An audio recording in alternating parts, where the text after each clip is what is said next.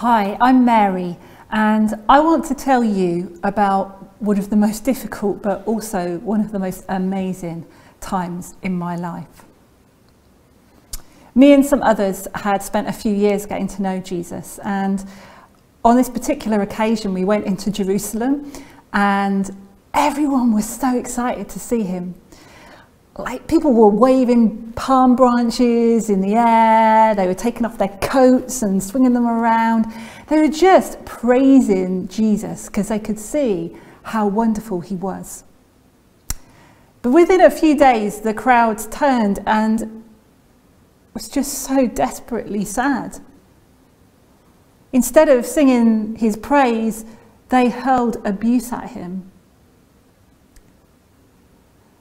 He was walking through the streets, nailed to a cross. And I so desperately wanted to run in and help him. But I couldn't get near him. And the crowd spat on him. They said awful things to him. I just wanted to be with him and to help him. But it felt like there was nothing I could do. How could these people have said one thing one day and within a week have decided that Jesus was such an evil man? How did they not realise that he was the one they'd been waiting for? The Romans attached Jesus to a cross to be crucified. Me and my friends, we stood there and we watched. We were heartbroken. Our best friend, hanging there in so much pain and agony.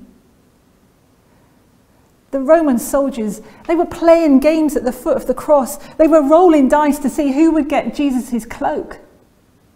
I just wanted to scream at them. But not Jesus. He prayed, "Father, forgive them. They don't know what they're doing."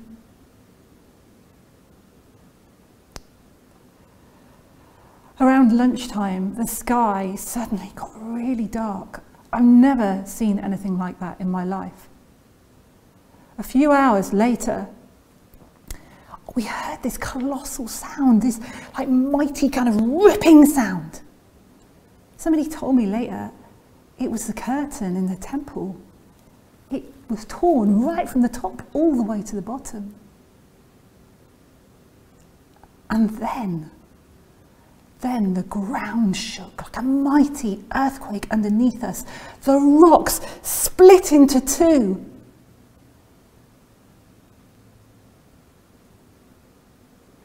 It was just, I can't describe what it was like. It was like the whole earth was grieving. And as those rocks split into two, Jesus spoke again. And I heard him say, "Father, into your hands I commit my spirit." And so Jesus died. The most ugly, the most cruel death. We had no idea what the Romans were going to do with his body. But then a stranger came along, a man we'd never met before, and he must have spoken to the Romans because he took Jesus' body. They let him take him away. And he placed Jesus' body in a tomb, a brand new one. It must have been one that belonged to his family. It was now nearly Shabbat, and Shabbat is our day of rest. Normally we would kind of go in and we would have anointed Jesus' body with beautiful perfumes, and we would have had chance to kiss him and say goodbye. But there wasn't time for that. So they placed Jesus' body in the tomb and they covered the tomb with an enormous rock. We went away heartbroken. But we were determined to honour our Jesus in death. So we decided we'd go back on the Sunday after Shabbat And that is when we would kiss him goodbye. So on the Sunday morning we got up, we prepared all the spices and all the perfumes. We hadn't really thought it through because, of course, how were we going to remove that great big rock from in front of the tomb? But we still wanted to honour our Jesus, so we went anyway. And when we got there, we saw the most amazing thing. That great big rock that we were so worried about, it had been moved. It was stood at the side of the entrance, but it wasn't blocking our way. And even more incredible than that, there were two men stood there. They were like angels. They were dazzling. They were dressed in white. And wow, the peace that I felt when I was near them, I just can't describe it. But they could see that we were sad, and they said to us, "Women, why are you looking for the living among the dead?" They showed us inside the tomb, and we could see that Jesus' body was no longer there. Where had he gone? Who had taken him? There were just the strips of cloth, but neatly folded in the tomb. The men, they told us not to be frightened. They told us that Jesus is alive. Alive?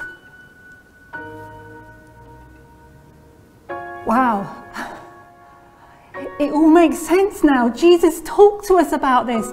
We didn't understand when he was telling us, but he did. He said to us, on the third day, I will rise again. We were so excited. We were jumping up and down. We were holding on to each other. We have to go. We have to go. We're going to tell our brothers and our sisters. And we ran. We were whooping and screaming and shrieking. People must have thought we were mad, but we didn't care. We were so excited. And that's what we did. We went back and we told our friends and we celebrated because Jesus is alive.